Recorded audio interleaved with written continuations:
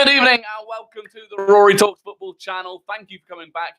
Daily Arsenal news, updates, and my opinion. I have been away for the last couple of days, unfortunately, although a pretty cool one on Tuesday night. I was at Nike Town meeting Erling Haaland with a Nike event for him being the new false 9, number 9.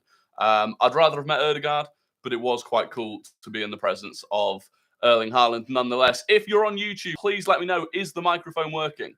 We've got the mic issue sorted out. It's a proper mic now. I've always had the mic, but it kept taking the audio from the webcam before. It's working. Oh, praise the Lord. Does this mic work? Well then, fuck that mic. That wasn't good. We're not going to do that again. But look, big evening. Did you cry when Haaland scored? No, I didn't, mate. No, I didn't. It's good to see you in the chat again. Lots to get into, though. Please do subscribe if you're new here. I'm trying to get to 1,000 subscribers. We've had crazy growth over the last week since we started doing this. We're up to 700 and something, which is ridiculous. But we're pushing to that 1,000 mark. So any subscriptions appreciated. If you're watching on TikTok, the link is in my bio to that as well. But let's get on with it. Alexis McAllister to Arsenal, reported by Luke Thrower for Football London and quite a few other outlets. Look, lots of teams are in for Alexis McAllister, and it's understandable. We'll get into that. Also, Liverpool trained today. We've got pictures from their training session. Some players back, some players out, and still radio silence on Arsenal's players. Not much by way of any information around Arsenal. So getting into McAllister, he fits the bill. In many ways, McAllister fits the bill. Like I said, lots of teams are going to be in for him, and whether or not Brighton even sell him will remain to be seen. But 24 years old, so he fits the age bracket perfectly for what we want. Massively versatile. He plays as an attacking midfielder, a central midfielder, a defensive midfielder. He's played left mid, right mid, left wing.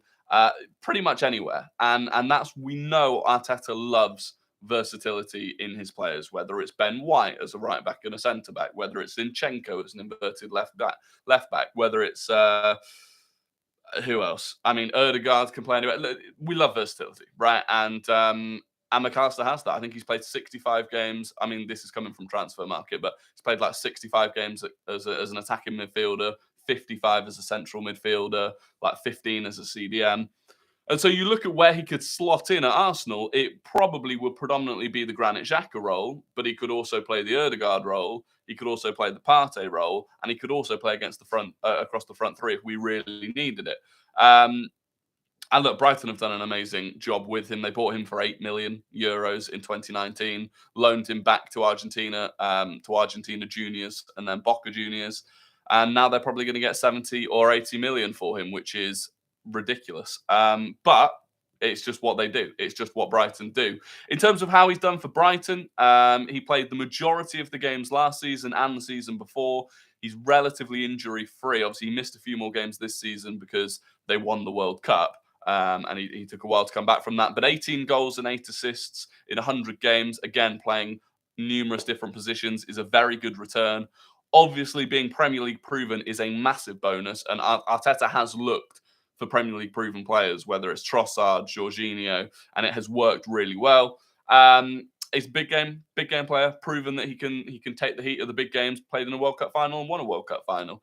And he's never received a red card, so he's sensible as well. So look, I think overall, you look at that, there are very, very few things you look at Alexis McAllister and think he wouldn't be a fantastic signing for us. And I mean, Arsenal are arguably looking for 2 midfielders this summer, and I think him and Declan Rice. At that point, you've got Partey, Xhaka. You've then got Partey cover in the form of Rice. You've got Xhaka cover in the form of Rice and Alexis McAllister, and then you've got McAllister that can play instead of Ødegaard as well. So, I mean, I'd love him. I don't know what you think. Let me know. Would you want McAllister? Let's say we could get him for 70 million. Would you take McAllister for that? Marcel, thank you for the follow on TikTok. How was the five-a-side? Oh, the five-a-side on Monday night. Oh, God. Oh, I'd completely forgotten about that, and you've just brought up. That's PTSD, that is. I think we lost 14-1. I scored the only goal, which is the solace, but I think we lost 14-1 on Monday night. It was It was embarrassing. It was absolutely embarrassing. Now, I will stress that the team we were playing against, they've got their own kit for starters, right? So immediately you can tell who they are. Bear in mind, this is the sort of league where like some people didn't play football at all until they were an adult. They've got their own kits. They used to play in a different league in a slightly different location. And when they started in that league, they used to win it or come second. And then more teams started joining it and they dropped down to like fourth, fifth, and sixth. And then all of a sudden they come and join our league. So they're bullies basically. And there's like 6 of them, a constant 6 of them. They know how to play together. It's not fair. Like, I'm not going to complain about this. This is about Arsenal, but Monday night was brutal, and we did lose 14-1, and I am quite upset about it. So yeah, I should film 5-a-side. To be fair, the referee does film the 5-a-side sometimes. If it's light enough, he films it and puts it on YouTube. For now, I'm not in peak physical condition, so I'm probably not going to link anyone to those videos and I'm certainly not going to link the 14-1. Although, again, as I say, I did score a great goal. Who's Liverpool's injuries? So we'll get into that now. So Liverpool trained today, public training, as in there were pictures that came from it. Thiago and Luis Diaz both back in full training. Neither of them have played for months. Obviously, Diaz, I don't think, has basically played since the first Arsenal game. He came back from an injury for that game and got injured in that game in a challenge with Thomas Partey. And Thiago's been injured for 3 months, 2-3 months as well. So big for Liverpool to have them back. But if this is their first full training session, they're not going to have the match fitness. They're not going to have the match sharpness. It's not that big of a deal for them or for us that they may or may not be available. I wouldn't expect either of them to start. But I guess it's a little bit of a morale boost for them. But what is not a morale boost is that they didn't have Salah, they didn't have Jota, and they didn't have Joe Gomez in training. Now, Joe Gomez doesn't matter, but Jota is someone that relentlessly scores goals against us for Liverpool. And Salah is Salah. Now, some people are saying, is it mind games? Is it mind games from Jurgen Klopp? He's done it before. I don't think it is. I don't think it is mind games because A, they're just not in a position to be playing mind games, right? B, he didn't play on, or he came on as a sub, I think, against Chelsea, right? So he didn't start against Chelsea, which would suggest there was a problem. People thought he was being rested. I just don't think if you're Klopp, you rest players for Chelsea rather than for Arsenal. Because realistically, I know I made a video about how he might care more about the Arsenal game and stopping Arsenal winning the title for the sake of his own legacy. But in reality, I don't think he would do that.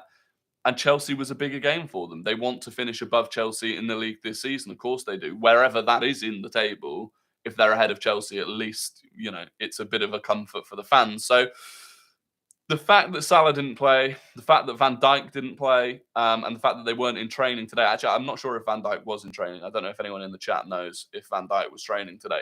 But the fact certainly that Salah wasn't, I don't think it's mind games. And if it's not mind games, then today's Thursday, the game's Sunday. Even if he does play, arguably he's not at peak fitness, which is good. So Van Dijk wasn't in training either, apparently. Salah will be fasting for 18 hours. He will be fasting, but I don't think players that are fasting just stop training. I don't think that's what they do. And Diogo Jota wouldn't be fasting either. But look, ultimately, does it matter? Does it matter who plays and who doesn't play? You look at that Liverpool team, the team that played Chelsea, the team that played Man City. We shouldn't have a problem. It doesn't matter who starts. It does not matter who starts for them. We shouldn't have a problem beating it. Our team is stronger than it was the first time we played them because we've got Zinchenko for it, although we may not have Saliba. Rory, mate, please say that Saliba is playing on Sunday. I don't know. I don't know if Saliba is playing. Look, it's been completely closed. We've had no information all week on Saliba or any other Arsenal player. We've not seen pictures from training. We've not had a press conference. So we might find out tomorrow. We might find out something tomorrow ahead of it. But look, I don't blame Arteta for keeping his cards close to his chest. And we'll just hope that Saliba plays. And if he doesn't, then it'll be Rob Holding. And that's fine. And look, one thing to bear in mind is that it'll now be over 3 weeks since Saliba has played a game of football. And if you think back to after the World Cup and Saliba had that break without playing, he was rusty coming back from the World Cup and it took him a while to get back into his groove. So there's no guarantee that Saliba, if he does start, will be at his absolute best either. You don't know how that back's holding up either. So, look, it would be good to have a full and fit Saliba in the team, but it's not going to happen either way. Whether he starts or not, he won't be at his best. Just need a draw. I think we've got to go for the win. I don't think we can go to Liverpool and think about taking a draw. I mean, look, if we draw against them and then City beat us and win all of their games in hand, it comes down to goal difference, and we're behind on goal difference at the moment. So it's not even a guarantee that we could take a draw and still win. I'd rather Saliba at 70% than holding at 100%. I disagree. Especially, people are worried about this Liverpool team tearing Rob Holding apart. They offered nothing against Chelsea. They offered absolutely nothing. I'm not that worried about them doing us on the break. It's all going to come down to the midfield battle, and we've got a far, far better midfield than them this season. So, yeah, but Anfield tax, at some point, there's a limit on how well players can do, no matter what the atmosphere is, I feel like. And look, as well, people say Anfield tax. Our away record this season is better than Liverpool's record at Anfield. I think away from home, we've played 14 and won 11. And at Anfield, Liverpool have played 13 and won 9. So, look, Anfield tax or not, they've got the away tax. They've got the fact that we keep clean sheets away from home. Again, 14 games away from home. I think we've kept 9 clean sheets in them. So it's not too worrying for me, I don't think. Would you rather a striker and 1 midfielder or 2 midfielders this summer? I think I'd probably take a midfielder and a striker, depending on who that midfielder was. We heard today Amadou Onana from Everton is absolutely keen on a move, regardless of whether they stay up or not. They're looking at about 60 million for him, so that's another option as well. I like how you said it comes to goal difference when you've still got to go to St James's Park too. No, but I'm saying, look, of course, City and Arsenal have both got lots of games left, but everyone keeps running this assumption that both teams are just going to win every other game until the end of the season, which of course could be completely wrong. In fact, I guarantee both Arsenal and Man City drop other points against other teams that you wouldn't expect them to. And look, with the way that Newcastle are playing, St James's Park is going to be a very, very tough test. It's, people are looking at Anfield. St James's Park is a tougher test. The 2 hardest games we've got left are City away and Newcastle away. Of course, we've now got to play Frank Lampard's Chelsea at home.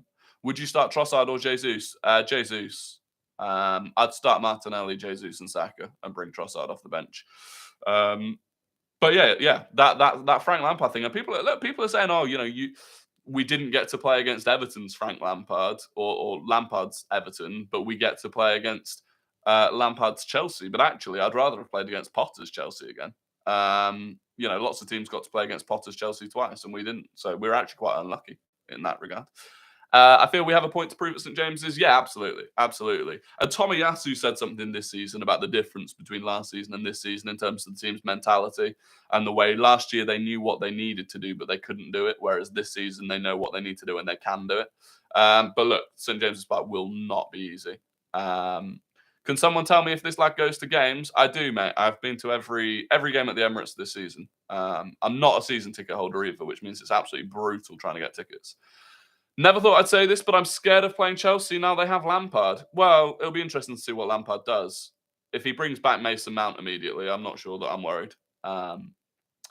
Did you watch the Youth Cup game? I did. For those of you who didn't see, the Arsenal youth, the under-18s in the FA Youth Cup semi-final at the Emirates against Man City, won in the 121st minute, literally last kick of the game, Miles Lewis-Skelly. Absolute limbs.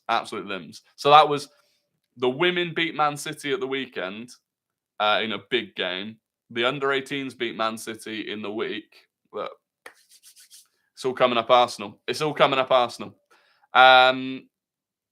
Kante will handle Zinchenko. Kante is a big boost for Chelsea. You know, considering how long he's been out, he looked excellent against Liverpool. And it is annoying that we'll have to come up against him. Arteta outwitted Lampard. Yeah, Arteta's record against Lampard's fantastic.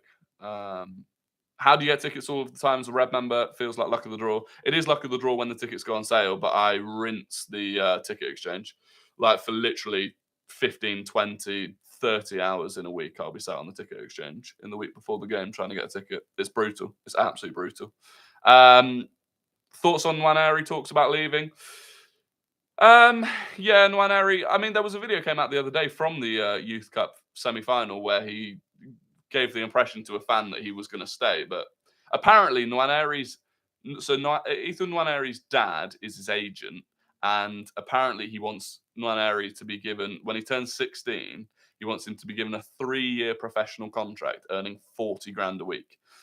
Now, for context, normally at 16, our players get a 2-year contract and they get offered around 2 grand a week. So someone like Charlie Patino would be on £2,000 a week. And for Nwaneri, they want 40 grand a week. Now, that's just taking the piss. Let's be honest. That's more than senior players are on. I don't care how good he is. You've just turned 16. You're not getting 40 grand a week. And 40 grand a week at 16 would absolutely mess you up. Like, it would be terrible for him to be earning that money at that age. Like when I was 16, if I was earning that sort of money, I wouldn't care about football. So it's not going to happen. But look, hopefully he stays anyway. There is no news on Saliba. Watch football more, buddy. I genuinely think if I watched more football, I would lose my girlfriend, my friends, and my family. I think I watch enough as it is. Where do you think Trossard plays best? I think so far for Arsenal, I think Trossard's been best as a centre forward. But I would rather have Gabriel Jesus play there on Sunday. Jesus' record against Liverpool is really good as well. I don't think Hein was given $1 million a year. I think you're thinking about Renarsson, yeah, someone else said. Who's on loan away from the club. How do you get the ticket exchange a week before the matches? I can't seem to. So the way the ticket exchange works, sometimes it doesn't show the toggle to show tickets on the transfer exchange. Apparently, that's to do with how often tickets have been dropped on there. Like, basically, if no ticket's been put up for a certain amount of time, it just takes the toggle off. But yeah, no. Usually, I get the ticket like 2, 3, or 4 days before the game. Thoughts on Brooke Norton-Cuffy? I think it's difficult to know. He's been knocking on the door of the senior squad for a while, which, in a similar vein to Matt Smith, I think ultimately he might just not make that breakthrough, which is unfortunate. Jake Smith, thank you for the follow on TikTok. He did like playing football. The only thing he wanted to do since a toddler.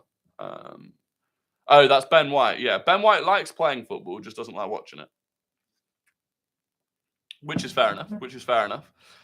Thank you for the follows on the old TikTok. Please do subscribe on YouTube if you're there. The road to 1,000 subscribers. We are well on it. Trossard hat-trick, hopefully. Trossard off the bench with a hat-trick. That would be beautiful. Nearly choked. Some other things. Paul Tierney is the referee on Sunday. Now, I don't want to panic you, but Paul Tierney is the referee on Sunday. Our last 6 games in the Premier League with Paul Tierney as referee, we have lost all 6 of them.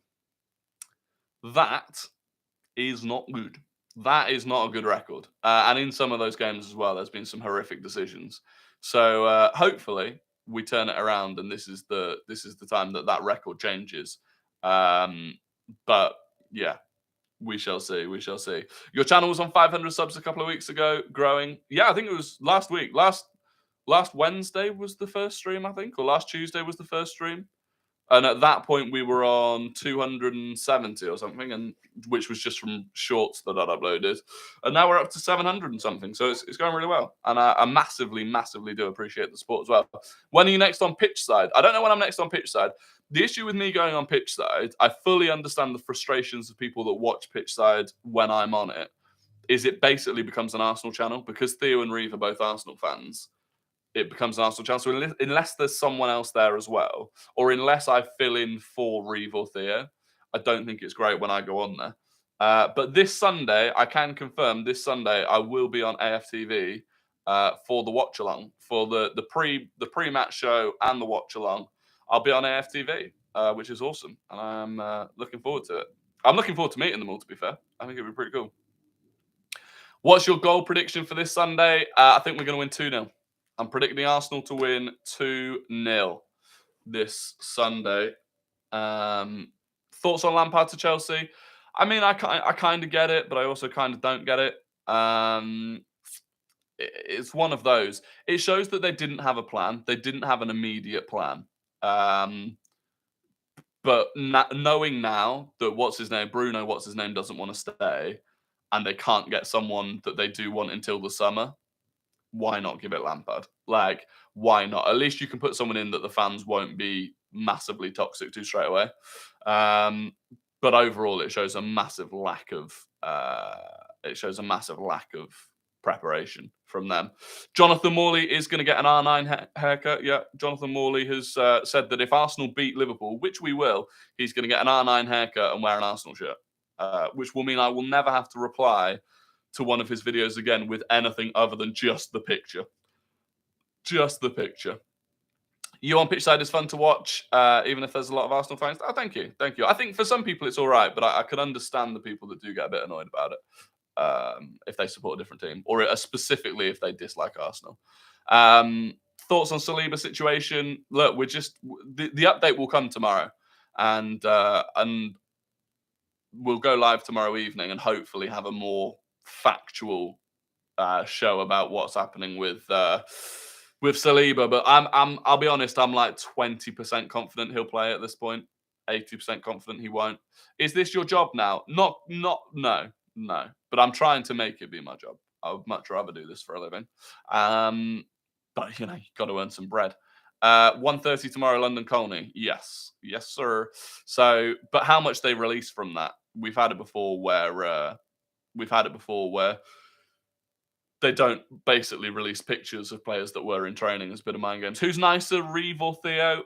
Look, you can't pick between them. Reeve is especially nice though. Very, very nice man.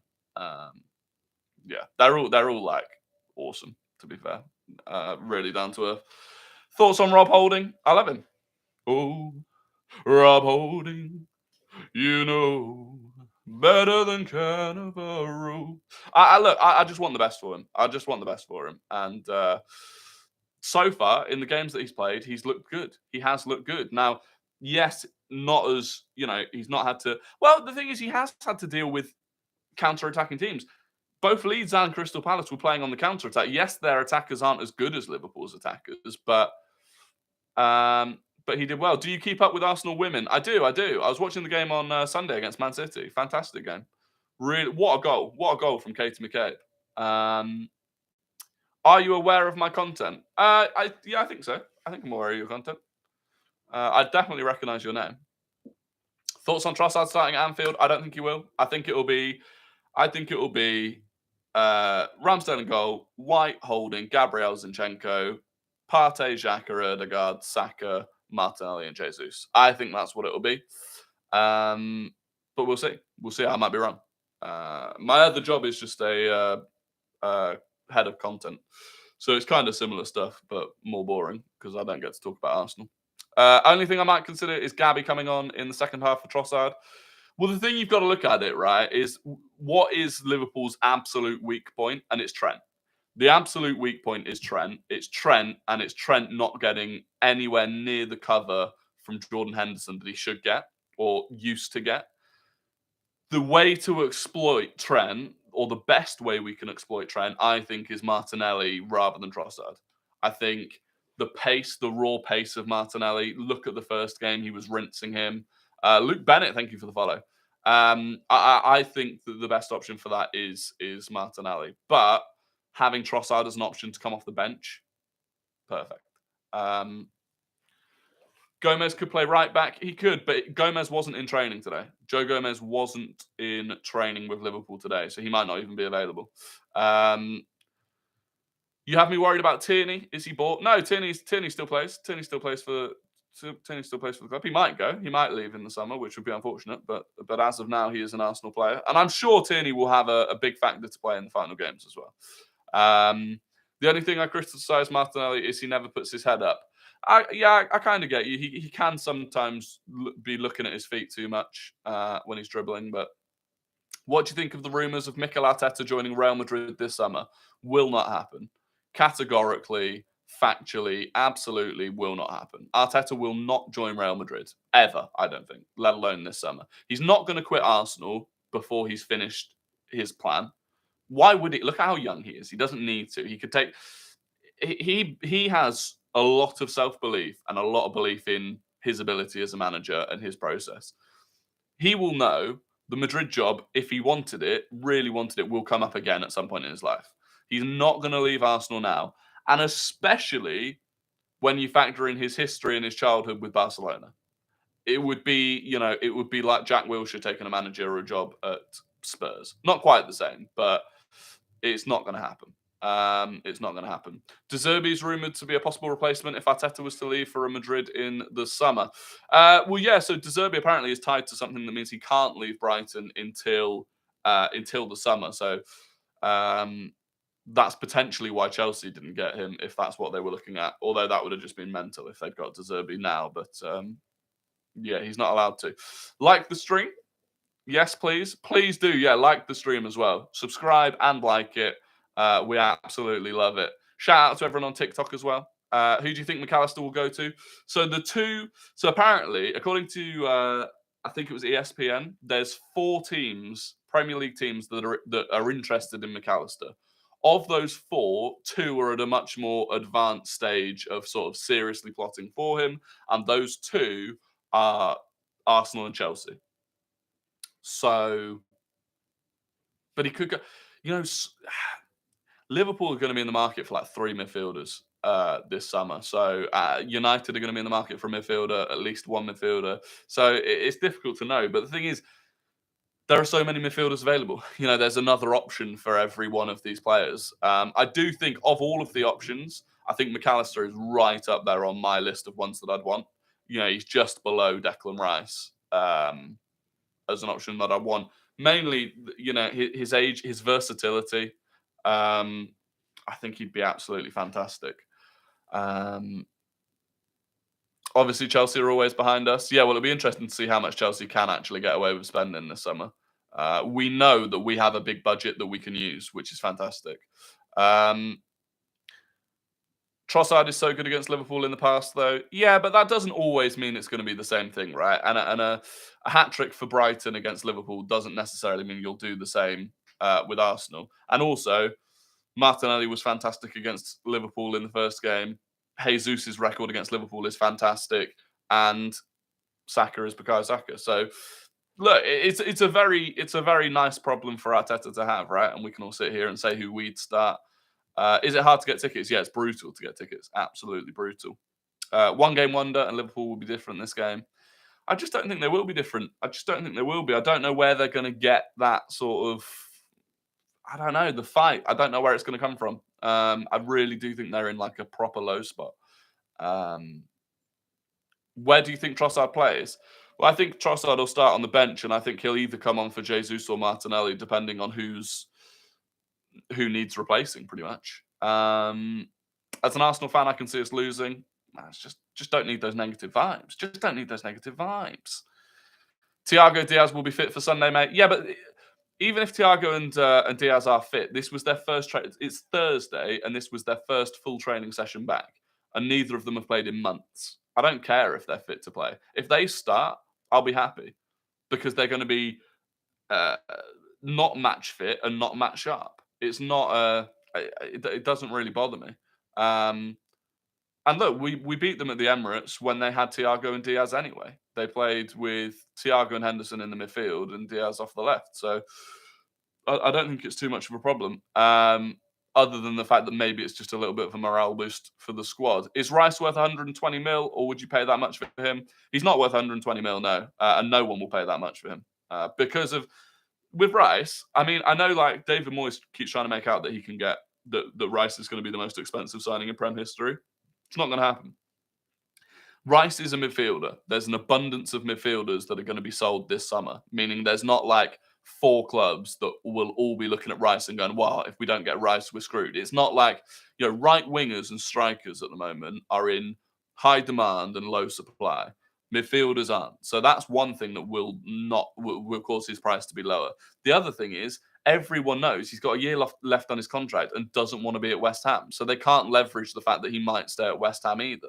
The negotiations will probably go on for a long time, but whoever gets him, I don't think they'll pay any more than 80 million for him, which I would pay. I would pay 80 mil.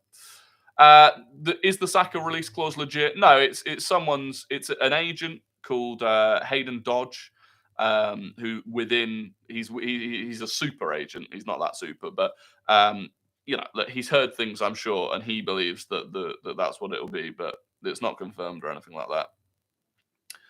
Jude Bellingham's basically that price. Yeah, Jude Bellingham will go to Man City, I think. Score prediction for Sunday is 2-0 to Arsenal. Are we getting McAllister? Maybe. We're in the hunt for McAllister. Are we winning the league? Yes, we are. Liam Abbott, thank you for the follow on TikTok. Where do you think Liverpool will finish? I think they could end up 7th or 8th. You look at Villa storming through. Brentford are still doing all right. I know they didn't have a great performance against United last night, but yeah, I could see Liverpool not even qualifying for Europe at all, not even the Conference League. Thank you for the follows on TikTok. Thank you for the subscribers on YouTube as well. Do you think Madrid can do the double in the UCL? Yes, I do. It's going to be so interesting to see Chelsea under Lampard in the Champions League. Imagine Chelsea just absolute pure passion their way past Real Madrid and get to the semis. It'll be unbelievable. Why doesn't Jorginho play for Xhaka? No worries, Rams. Good to have you in the chat. The reason Jorginho doesn't play for Xhaka, one reason is that, generally speaking, Arteta is very picky about the dominant foot of players on each side. So he never wants to play a right-footed left centre-back. He never wants to play a right-footed centre-back at left centre-back and vice versa. Xhaka's left-footed, plays on the left-hand side, wants him to be left-footed. The other thing is that Jorginho just isn't that great at getting forward. Typically in his career, he's not the sort of player that's going to be arriving in the box and scoring those goals, and that's what he wants from Xhaka at the moment. So Xhaka's just better in that role at the moment. Where do you think Charlie Patino will end up given his good season? I think he could end up on loan at a Premier League club. Wouldn't surprise me if he ends up on loan at one of the clubs that comes up. So maybe a Burnley, someone like that. Wouldn't surprise me at all. Top 4 prediction. It's as it was. It's Arsenal first, City second, Newcastle third, and Man United fourth, which is what the final prediction I made before the international break was that, and I'm sticking with it. And I think it's coming good. Newcastle look absolutely fantastic at the moment. It was a big win for Man United last night, but again, I didn't think they looked great. So yeah, Arsenal 1, City 2, Newcastle 3, Brighton 4, Man United 5, Fulham 6. I think Fulham will struggle to get 6th. I don't think Fulham will get into the top 7, unfortunately for them. How much do you reckon Brighton will want for McAllister? I think it'll be like 60 to 70 million. And then I think they'll want a bit more than that for Caicedo, a bit less than that for Matoma. Ferguson's an interesting one, how much they might want for Ferguson. But yeah, I mean, if they sell a lot of their players, they're going to make an absolute killing. They'll have to keep some of them, obviously. But would you take Alton Towers as a kit sponsor? I mean, no, probably not. Would you want Barella or Tonali? Probably Tonali, sorry. Just in terms of what we need at the moment. Barella's a great player, but I'm not convinced that we need him, and I'm not convinced he's... Thing is, I'm not a big fan of bringing players from Serie A in. I think they take a long time to adapt to the Premier League, generally speaking. Newcastle will fumble top 4. I disagree. But look, I'm going to end the YouTube stream there. Massive thank you for tuning in again. Hopefully, we'll have a lot more information tomorrow about the squad. after we've had press conferences and pictures come out in training and stuff like that. Today's been a bit of a slow one. Truthfully, it's been a bit of a slow one. But I hope you enjoyed the video. I hope you enjoyed the stream. Please do drop a subscription if you're new. Smash that like button. And I'll see you all tomorrow for another one. Good evening.